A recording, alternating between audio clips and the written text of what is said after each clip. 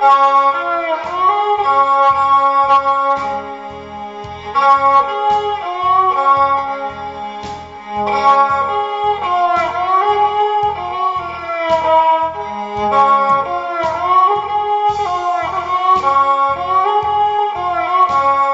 rong say trong nhật gì cái tên trà thì bây giờ sẽ đời của giờ sẽ về ba thiên đời nó giờ mong sẽ tung chùa mong rong rong xuyên tàu mà nó một chỉ hơi đặc á lon chi pe ý trong nhật gì cái tên trà sẽ đời chỉ tới chia sẻ tại pe cho tụi tao giải cho cái cá xía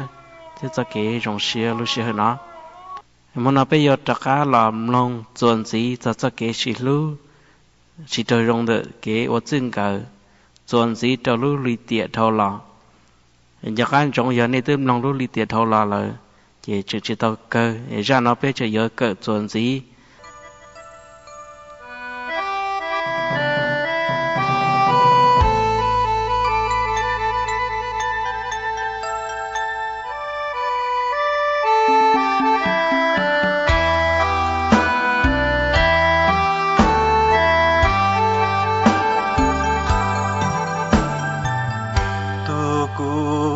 trang nhớ cả ta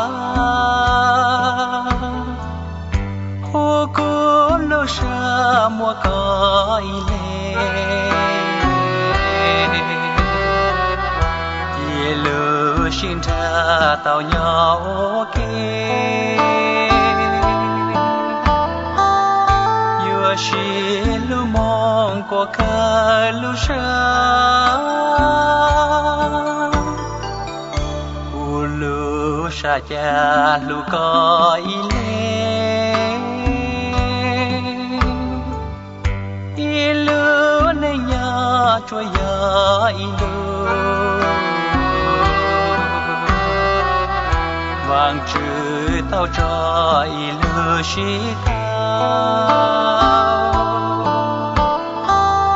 con ôi kê nhà ôi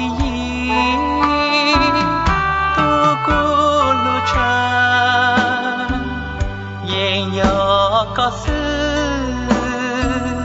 vì có ya tu lu sa yo lu có cha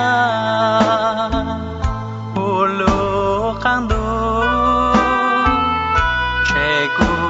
yo jo lu sa ta le rong sa tao có ô cùm long sa cu yeng lu có lệ cu tê lu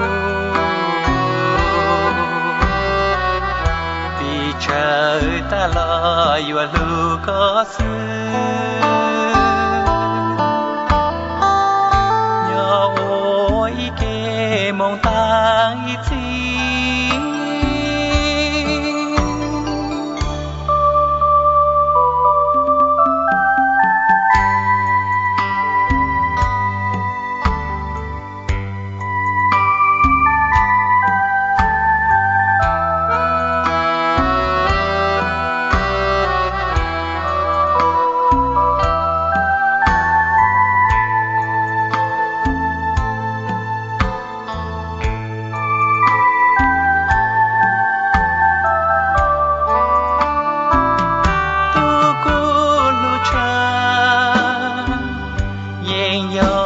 có sư vì có ya tu lu sa yo lu có cha lu khang du che cu yo jo lu sa ta le rong sa tao có ô cùm long sa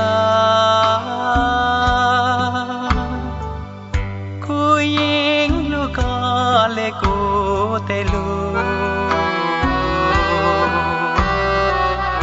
vì trời ta lo yêu lu có sư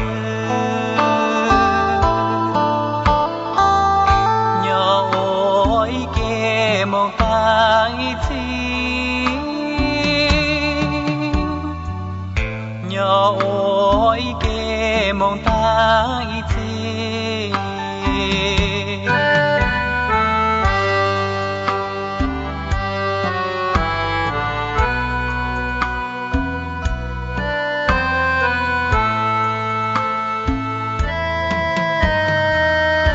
từ nó mua của cho bé tất cả là mua sai và chỉ cho lù và sầu kia cho bé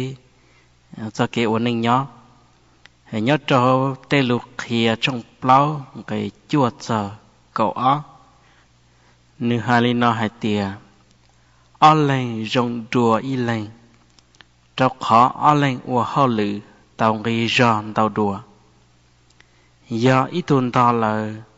ít tuổi giờ tu nữ tệ sợ tiền sĩ chỉ rong trâu tụ nhỏ y lên xứ do nương ta là chỉ một lên từ giờ tu nữ tệ sợ lúc chạy tu nọ ở lên bự kề theo lý sọ tiền sĩ tụ bự y lên xứ do ô lý cha sọ tàu do ở lên cổng kề do tự trả yên y lên cho lúa của mua bên trừ chỉ tu用gì và chỉ cho luôn đó nó thì mình thiết tranh cho rồi bây giờ cái của nên nhỏ chữ sinh nhớ cho cái của chữ quan gợ họ thì ý tao hay mình hay tiệt ở lên của họ lử là chỉ của để nụ cái mà yếu tao nghĩ rằng tao đùa là chỉ yếu tao nhiên tao đùa họ thì ở giờ tiệt ở lên nhau kề mà họ dùng giờ ý tuần đó là chỉ ý tu giờ chú ý tu tệ sở họ thì bé giờ thì ở lên nhau kề mà lúc chân tu nó nò li ta chỉ nó ở lên bùa kề mà giờ sợ đùa cho khó và chữ giờ tu chỉ bé mà và chữ bao rộng hết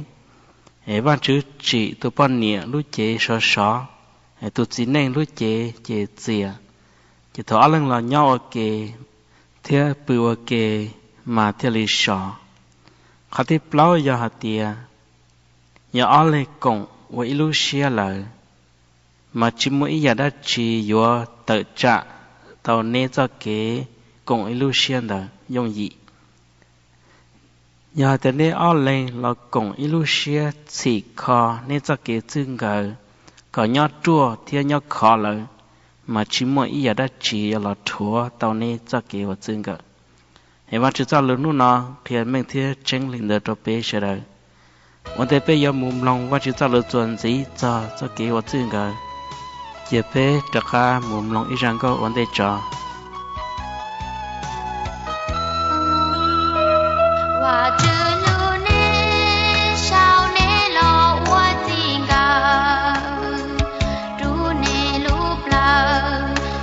sao nhỏ hoa nia gì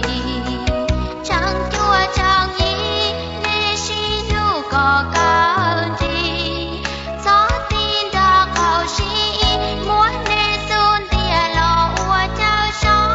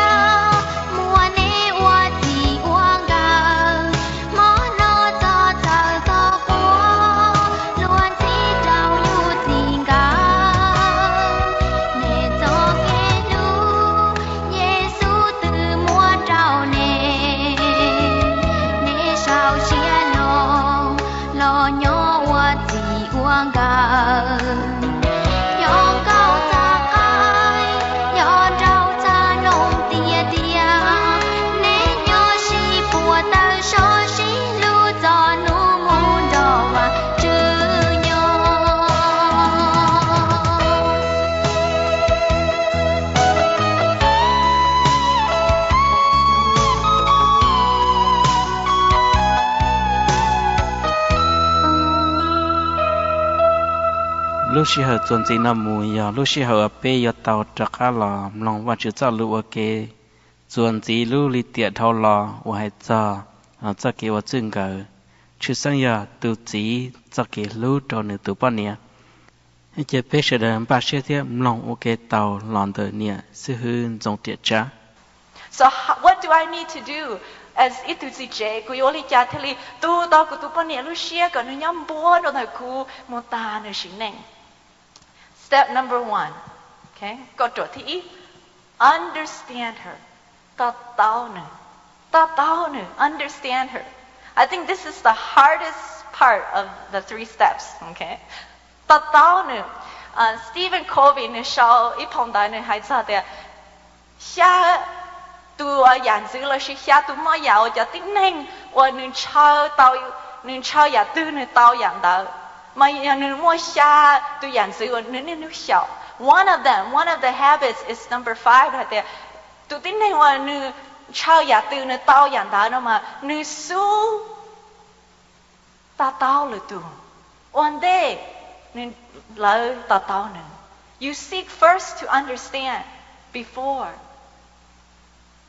Thong da na je lu tu ma li ta tao ka da shi ka chu ta tao lu tu one day. So we're going to look at women. And maybe bei ja si je ro kha pe mon tao pa nya da ho no je. Some of you already know the answers. So I don't know if I should test you. Should I test you guys? Gu sang ne la. Okay, we'll do that. So there's 3 levels that we're going to look at: emotional, social, and physical. And nhớ lúc đó mà nếu mua khá để thầu hay cho khá nó bao nhiêu rong lý giả. Okay, nếu mua 2 choices, one or the other. And we'll show sang này là này chát để. Okay, we'll try the first couple. Sẽ về bảo lý giả. How much do you understand your wife and women bao nhiêu in general? So let's look at the emotional level. Ta tao nữa. On an emotional level, để bao nhiêu rong lý giả. Let's look at identity. Là she khâu nu shine nu tu king chẳng chánh theo muốn nung để ya lo được hạt tu. Is it achievement? Ya muốn nu what tao, or is it relationship? Okay. Oh, you already okay. So cha the achievement nó je cha the sao?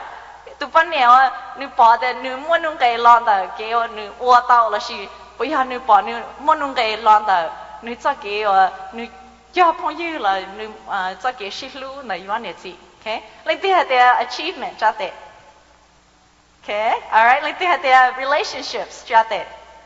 Okay, good start. True, it's about relationships. What you chỉ bao nhiêu? Còn nữ mua khó shit cho phong như, còn nữ nurture, nữ mua cho cái shit cho đó là tu. And so for women,เขาว่าว่านูรู้เน่งก็เชียนูปอแต่นูรู้เน่งมองกี It's not how much she does. It's who the relationships that she has. You honestly, ya you she รู้แห่งก็รู้นูน่าจะนูปอแต่มั่วนูก็แห่งเลย But you know อีตุปันเนี่ยตื้อจะนูเกิดเดีย doctor ในตอนนี้จะเขาหลุยร้องกันก่อนแต่ฉันทำในรถจะเจnữ tu chỉ lu nè, nữ chỉ mua cho cái lu đó, nữ anh chị tu bao nhiêu đó, nữ bỏ nữ tay cái cờ, nữ tay cái chân dễ, nữ tay cái đó, chỉ mua cái họ chị. Because it's not about what I have achieved, it's about my relationship. Đâu họ cứ ôn nó, chỉ là ôn của tu king, but for you and for me. And so that's why women need family commitment. Nên chọn đó ít tu chỉ that có bỏ hay để cái sự cho rong cái phong yên đó you anh chị chẳng hàng liền. That you commit time to be with her, to be with your family, because that's who she is. Let's go to feelings. Okay, when it comes to feelings, you know, lalu mong the feelings na bây giờ lu chỉ chồng to hay là gì? Ít tu sai chứ how would you translate feelings? Sally Jan, Charlie Jan, whatever, Linda, okay. This feelings, are women more like ocean waves or are they like rocks? Okay, cho the ocean waves là bên nhà cho cái Lucia nó mà nó cho cái sa nó mà nó rong lên cho đây hoàn ta là chỉ nó rong là lúc bao giờ okay cho the rong lên cho đây hoàn ta nó chỉ cho tới sao okay cho the bao giờ nó để cho tới rocks okay very good you guys are doing good so far. Women's emotions feelings are like ocean waves. And if you understand that, that's the most important thing that you will learn. Hãy để bọn nhà Lucia này cho cái sa mà rong gọi lý cho đây và nên ta. Có chỉ bảo lý lỗ, nhỏ nè tu, all of us are nên ta tôi chứ. Tôi chào ít liệt, rong xia. Honey, I love you so much. Ít liệt chỉ tôi, cũng mang dữ cả lỗ chạy cả. Chỉ ba của chỉ lưu của. Because women's emotions are like waves. And mu la la te lu shi ha ni rong xie te lu shi ha ni nyu xie thao ni rong xie la ni qua thao ni chi la ni qua how do I know hay te có feel it ja because women's emotions are like ocean waves and so as a man how do you react hey ku yo li ja e thao ku tu pan mie nin ta to na ku yo li ja. For those of you that like to surf là xin ấy bỏ lại cho là mua chai lại đê nè giờ để mua đê đà là khó có yếu có những thầu cho đê đà thì vậy có yếu chủ lý giả sử okay go with it ride it till it's done nó bây giờ okay giờ có yếu trong cho đê nó chỉ có bóng rồi họ hạt đê sự tất nhiên mà giờ có bỏ thì hạt đen đó lại đen nó nụ trồng lại cái gì dễ kia sầu to thế let it go chỉ cần nó ride cần nó trồng nó chỉ có yếu nhiên so when your wife thấu cái tụ bận nhỉ nó có emotion nó go up and down and nó bao tay lên này chỉ nó là có yếu chủ nhỏ khó chỉ sao all of a sudden có ôi lại đây to thế là bây giờ okay ấy cho cái hai lũ lên nó to là trong lên nó chỉ you have two waves hitting against each other and you know what's gonna happen thầu ông lại đây nó là xí trong mà lấy chả có một tấm mảnh to xin nào bây giờ so in order to avoid họ tấm mảnh có xong một tấm mảnh thầu cái tụ bọn này nó xía y phải này chỉ nên bao ta and nó chỉ trong xía đồ ý giả đó chỉ you have to be calm you have to be the calm in the middle of her storm có yếu chủ yếu tụ sao khó để thầu anh nó xía y phải nó chỉ trong xía bỏ lại uống nó là cái nhon the wrong ta tao nè I know honey cô bao hạt có chỉ cô ta tao hạt có mua xe hàng I'm here cô nhon là nó and you know what that does to a woman thầu nữ mỗi thứ gì ở nữ sợ khó ở đâu nữ cho xe tao hạt giờ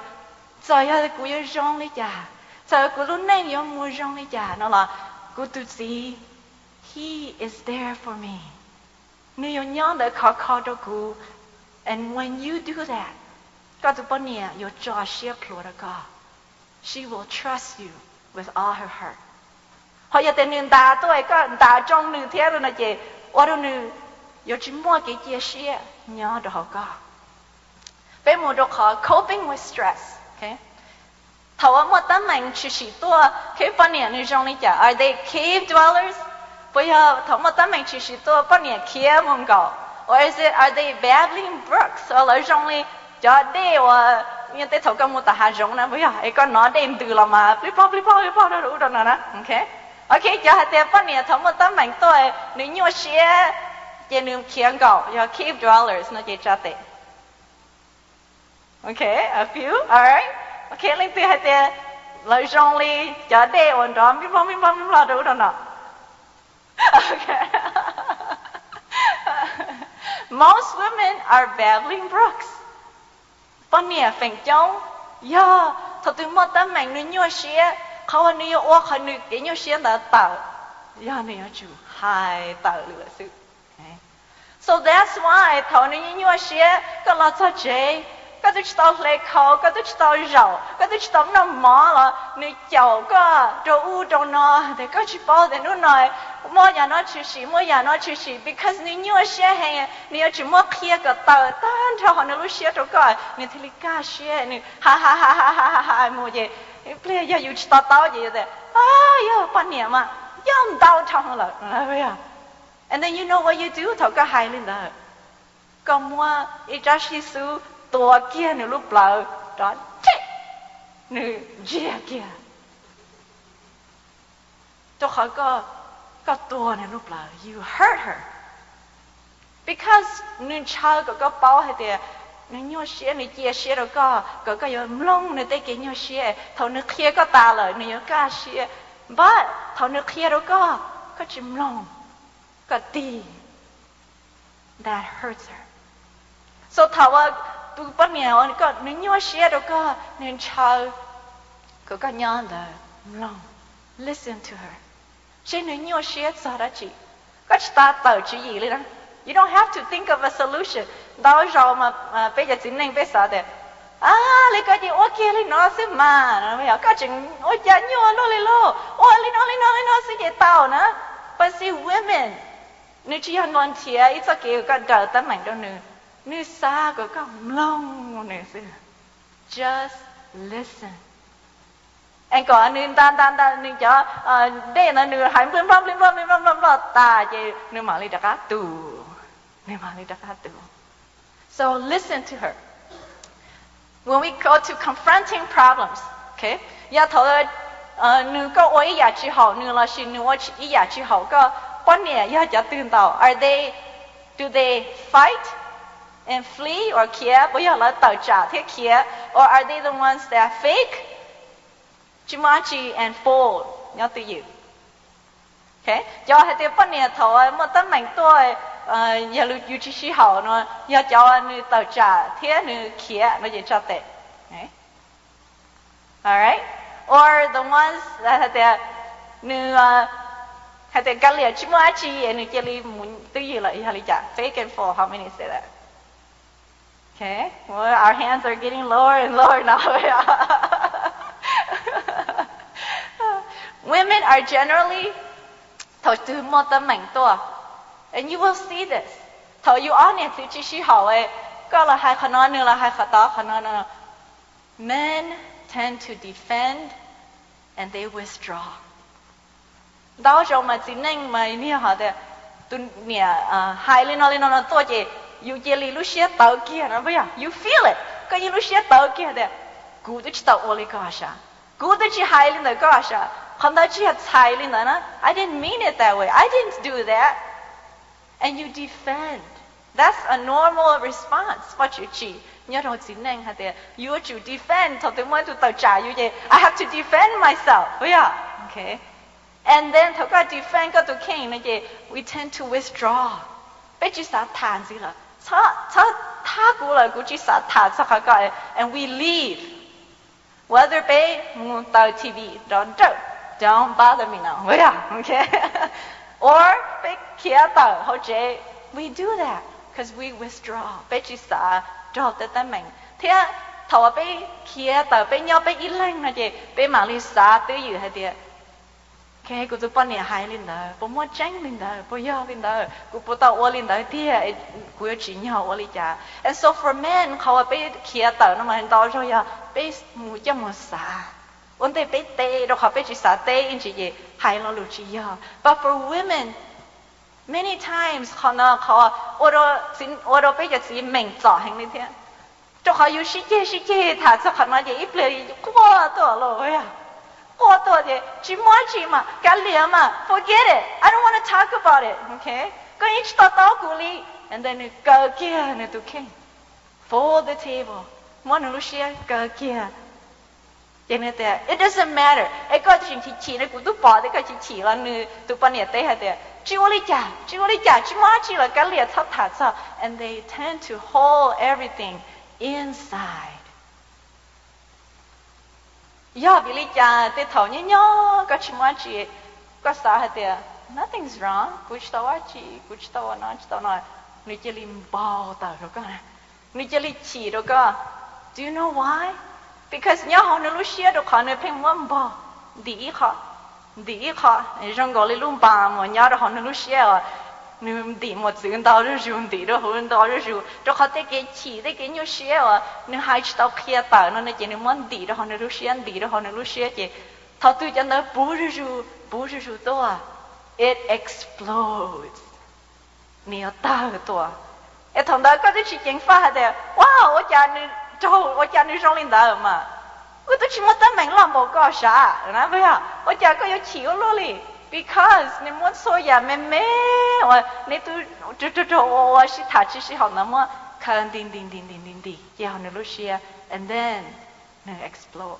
so เขาว่าเขาตัวเนี่ยว่าก็ปล่อยให้เดียนี่จะก็ให้เดีย it's okay ตัวก็ปล่อยให้เดียนี่จริงๆก็ถามนี่จะลีว่าเขาจะเขานี่录些了。You have to help her bring it back out. So highly God, don't say nothing. I know you're hurt. Cú bao hay tiệt, có mua xía, có nhiều xía là cú bao hay tiệt, có chỉ đối giá chỉ là tell me. Cú nhớ đến nó. Let's talk about motivation. Okay?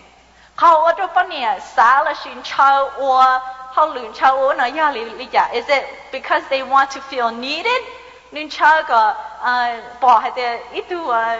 ต้องการเนี่ยเราอยู่จุดมั่วเนี่ยปะ or is it that they feel cherished เขาเนี่ยปล่อยให้แต่เนี่ยมั่วนุ่งเกยแหง okay ในจอให้แต่ what motivates a woman is that she feels needed okay จากก็ให้แต่ I only see a few hands now okay เสียจังเลยเนาะแต่สิเบื่อ okay เขาจะจุดมั่วอีอยากได้จีเยอะละปีตอนเหนือจะเขาก็รู้แน่ and when she feels cherished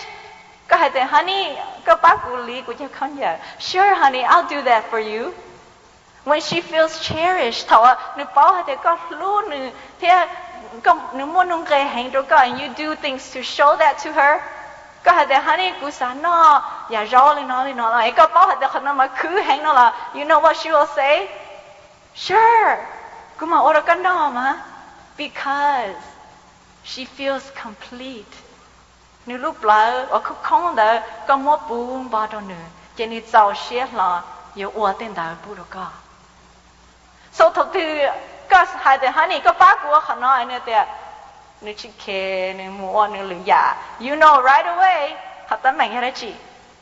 her heart is empty she doesn't feel cherished giờ lên đó của chủ tàu muốn ra này thà thế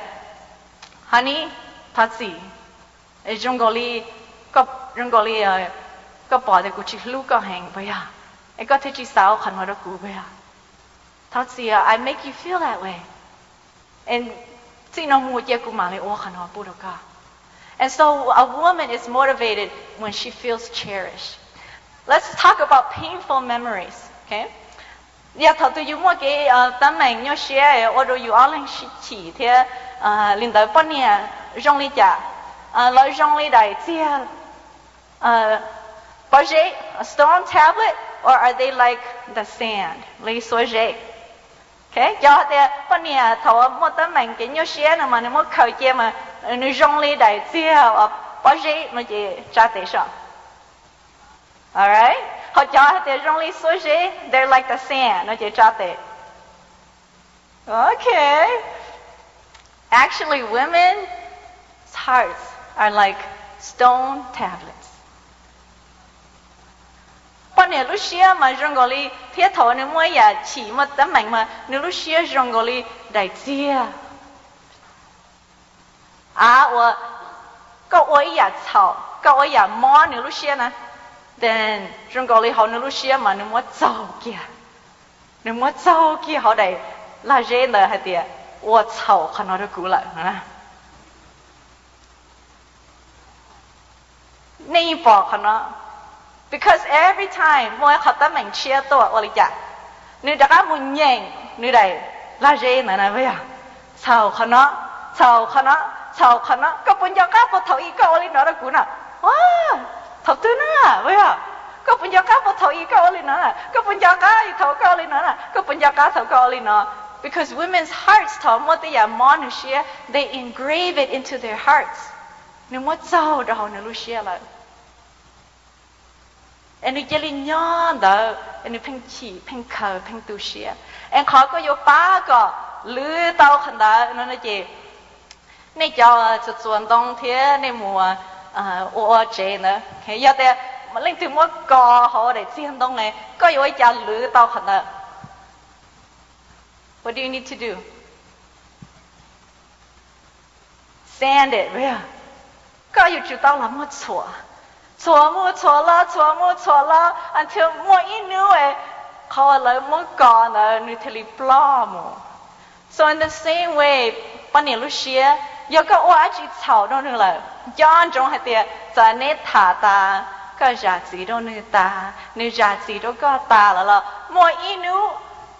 คันตาอยู่ดักชิวตัว because นึกเจ้าเรานึกลูกเชียเลย and when ทำนึกดักชิวตัวเย่ you know what you need to do you need to sand it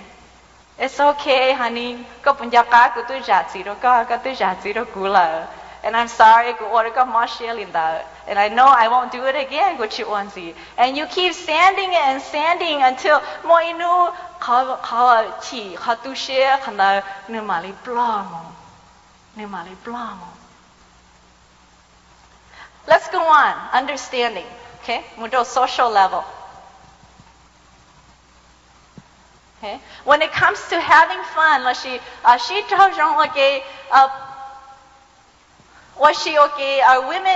Do women like competition or they like unity? Là nhà có sĩ tử là nhà có cộng xia. Okay, cho theo sĩ tử nó chơi cho tệ. Nobody, okay? Cho theo cộng xia cho tệ. Alright, okay. Nên đã cả kinh sao đó, okay? So, bọn nhà mình ôi nhà tử nó sao có cộng xia. Sao có cộng xia xí bá, whatever you do, you cộng xia xí bá ủa. And you what she okay là you cộng xia chỉ sao ya xí tử.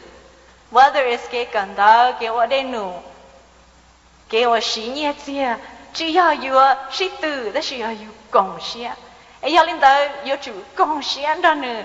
thọ nên chao ở nhà tử, nên chao có cộng xia đó nữa. Developing friendships, okay? Cho cái phong yêu, bọn nhà thả là sự là nhà ô, nhà đây nữa cái, okay? So cho thế thọ là cho cái cho phong yêu mà bọn nhà thả đua nóจะtrả tệ, okay? Cho thế cái cho phong yêu mà bọn nhà mà chủ yếu ô, chỉ ok nóจะtrả tệ, okay? Phần trong này bảo the women love to talk, yeah. Họ lấy cho phong yêu mà thả. You know why họ bên trên cho nhà chế sĩ cho rằng so successful? Cho họ cho nhà chế tôi đó chị. Là tôi giàu, tôi no, thế tôi thả. It's successful because women love to talk. Lỡ thả cho lỡ cho mi nhỏ, thả cho lỡ tự chí, thả cho hậu lử, thả cho chua ya chua cho hậu lử lúc nành, and then chú tao cho nhà chế là nhau à kì. But for men, for chị chế nó nói gì, bao giờ khó béo, chờ chị là chị chế, chị tôi bé là, ok béo mà chị chờ trong tôi bé thả nó là, chị mua lên từ tôi. You know why? Men are not about talking. Men are about doing, about activity. That's why thật tuyệt đấy. Bé tôi bé tàu tôi lưu á, lên từ là đấy. Cũng mà tôi á, nói à, bé muốn nuôi trẻ, yes, cũng mà lấy tôi á. Oh yes, because men are about activity. Women build friendships by talking. So yalinda tell you on it, see, kanoya ka you tao bỏ there. Kawa ka tu pania, you ja pong you tao ka, yanusan ra ka tha. She wants to talk to you. Eko ka zua lun ra đó nè. So ya thật tin là ra ka tha ka nhá rong linh lu bao giờ. Okay? Nên thả. Nói à? Thả. Hả? If là thả. Có bọn nó nè. Nó mà. Đó là chị ua li. Ua đó có tụi bọn này feel like có tụi chị cho phong yêu đó cũ li nè. Có chim long của hai li. Có tụi chim đo của thả li. Ê con break nè lu heart. Có ua đó nè. Mua xìa, nè nhua xìa. Because nên cháu cho phong yêu đó có lần là kêu nên đo có thả. So talk to her. When it comes to planning, thầu bên bao ba nó bên này giờ chơi trong lịch chả do they see the big picture là bỏ họ đã là she they're detail oriented là bỏ họ mấy đó okay cho họ bên này mà thầu là cho rồi cái bao nó mà nữ bỏ họ là nó chỉ trả tiền alright a few hands cho họ nữ bỏ bây giờ mấy nó chỉ trả tiền okay good you guys are on a roll okay bên này phèn trong nữ lúc chắc cái sao và chú chỉ nữ còn nữ bỏ xóa nhà thì nữ ba xóa nhà mẹ họ chỉ nên mà vắt chúng ba có bỏ lúc họ phiền lo so gia đình đó rồi bây giờ họ chơi đấy okay bây giờ nó chỉ bây giờ tôi trong sĩ cho rong bây giờ nó mòจะสิเจđấy bây giờ nó mòเลยnó nếu bắt đầu nói baสิเจđấy有他做还得bây giờ nó chỉ有那绕机那绕好那是bệnh cha là ô chỉ sao mà bệnh cha muốn cho vậy à nếu bắt đầu nóiจะสิเจ他做lên đó liền never vậy à bây giờ nó chỉ nó có cái hay như này chị ô nó sẽ là vậy à okay and so women nó chỉ thấu cái nông bao nhiêu thảm mà thảm mà chính là thả ra để có trong chế chi có bao rong li cha có biết thấu từ to có trâu nấu từ and they are detail oriented so gia đình đó thấu yêu nhau họ và họ chế nơi rong li cha so yeah mẹเขาnhau họ cá cha chỉ cho của bỏ tỏ tê thòng tháo bỏ tỏ tê cho nia chỉ muốn chờ rồi họ tu muốn chia sẻ nó so ya mẹ ở nhà họ có lúc chế có tụ bao nhiêu bảo hộ tí xí lên so that's why đào rồi người thấy you hang complain hang bây giờ cái gì做大啲但chỉ muốn chia sẻ thế lấy khâu chỉ muốn chia tỏ thế chính cô là khâu thế vậy à okay and she sees every little detail nhớ cho họ chế đào rồi you bảo họ lo xin thế thôi anh này chế thế ok cái gì cái nhá chế rau mi nhỏ ok cũng mà rau mi nhỏ see for a woman nó mà rau mi nhỏ ya lý giải rau mi nhỏ mà chỉ là cái nhá đó xem TV là mà thiệt đâu nó ya cho cô nhá chế cô rau mi nhỏ there I'm here right but see for women nếu lúc mai it's about details cái rau mi nhỏ nó mà không được sai lý giải ya cái rau mi nhỏ nó mà là sợ có một cha là sợ cho là một số niên rồi mua lòng không giờ thầu là sợ là thiên rong thiên mò đồ lợi nó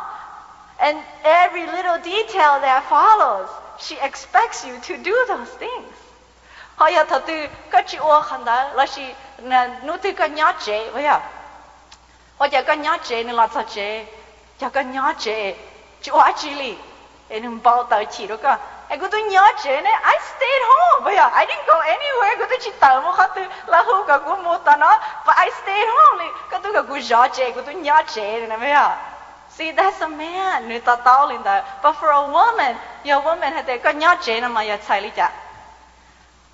bố mua đã chỉ học chế và bỏ lại cái tao khó fix the light fix this fix that fix this bố mua tí dạo nhỏ nhá rồi rồi có tao mua chia bố mua tí dạo rồi có tao ua that's nhớ chế so khăn đó thì lấy order pay mà tận mày hành because bé chỉ shit tao bé cho cái xa is so different but it's when thầu you tí hạt địa dọn trong hạt địa và chú cho lu hư chỉ và chỉ mua tụi bạn này lúc xưa đâu lên từ là you tụi chị Jane and thầu các tao hay để tụi bạn này mà she's detail oriented so everything như that thầu tụi này để có nhớ chế nó chế that means what I have to do is honey can you go show ít a list của ya is there something you want me to do today có một con trâu của ya là chỉ ba đâu con nữa nữ show đâu cả họ giờ có chỉ muốn sau chơi gì ít chỉ chơi the game is on mà khăn nó tôi chơi tụi tao hú tôi chơi cái chơi đi chịu ô chân ta chơi thằng nó sao chơi chơi bao tay đó có because nếu tôi sao thì có những nhớ chơi ba nữ khó lúc ba lúc chơi có chừng ô là giả rồi and it create conflict so appreciate her sau xe được họ và chú chị nữ trong lên đó and she nữ họ lúc chú nhìn đó là sao là ba個 So for example, yeah, có bảo hạt để, oh, you know, món này gì nó, chỉ biết đồ rong đó là hay nghe, cứ sao chơi là làm đó bên nào mà. Cái nè, I know you're good at planning, cứ muốn cho đó có, and can you do that? Em yêu cho là tôi, appreciate her. Em thầu là tôi cho là nó là thầu là nó là chỉ cho, đâu rồi bên mong vậy là nó chỉ cá liều. Đã tôi sao, vậy à, okay? And be hiding there to be polite. You know, đó khởi chỉ là nó ta chỉ cá gì là, you know, là thế chỉ trong đấy, hạt cái cá đó chỉ cá rồi, vậy à? But you don't have to say that. You appreciate your wife hạt đấy, you know, cứ trong xe này tuần thời năm mai, cứ ở cháu đó cứ ban nhẹ nữa, ba promo nó đâu phải sợ nó. And that shows appreciation. Don't need cho cái khứ, need cho cái ba. Họ giờ để thầu từ là cái phim hạt đấy, là nó sao? Chứ cá liều nói chứ giờ có high politely sẽ là in her heart nếu lúc xưa quan chú hạt đấy tôi giờ tôi chỉ I try so hard là tôi không nói bố sao đâu nữa nên chỉ appreciate nên chỉ sao share được họ của ba đâu nữa thì and it hurts her it breaks her heart so appreciate herเขาว่าchú bố lúc chú gì đó rong này nè nếu nó bé kể lòng và chú ta lưu là sau này nó xứ em ba xe thế lòng chuẩn gì đồ đồ bé đồ lì lú lì tiệt hiện tôi chỉnh cháy hay em nên sẽ đợi ba xe lòng đồ bé chuẩn gì đồ lì lú lì tiệt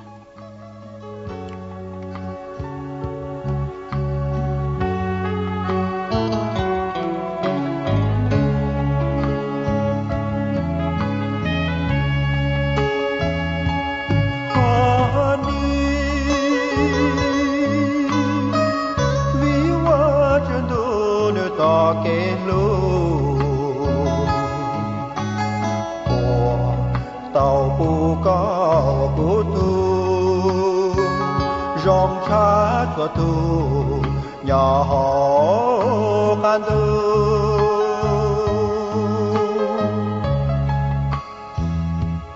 honey có chi tiết cha đua tê bao chỉ mùa đã chỉ là bao tao ua quá chữ trao mùa cỏ tu cho siab lúa có cái thì gió cụ chén cái có tha thì gió cụ lì thì có từ kia nhỏ cụ mím lòng xiên ô honey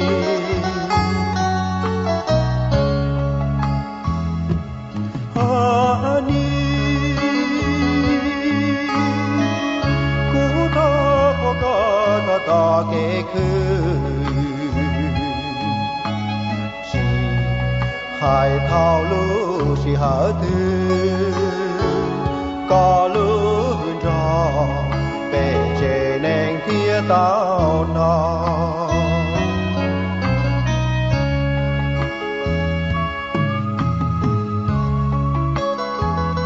ba lư trong phía cho ý người cậu hai tia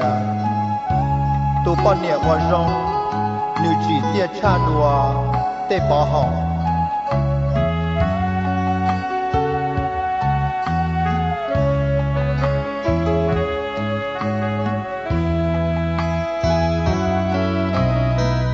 có hai thì gió cụ chén gai có tha cái gió cụ lì tì có từ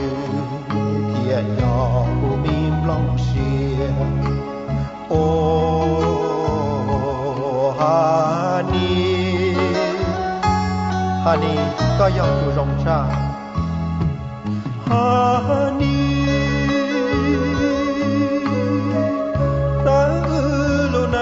yo mùa lọp lúa yo lu có chỉ bao đua ua xia nhà nhàng xia rồng cho có ý lên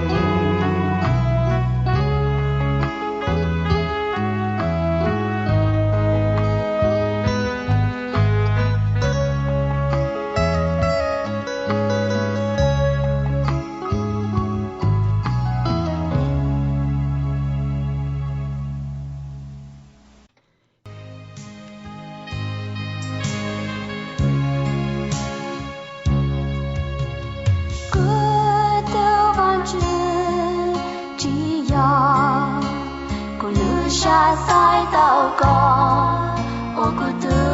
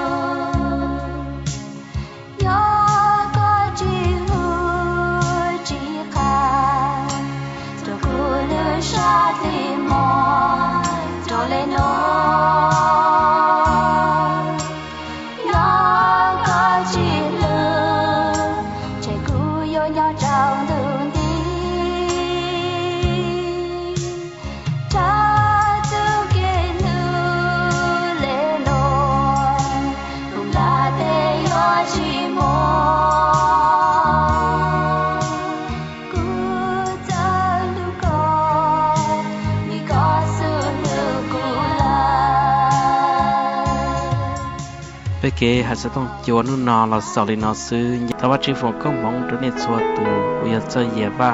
ที่จะตัวลิลุลิเตียไปมาตะคาชินจีตัวเนี่ยรองเสด็จ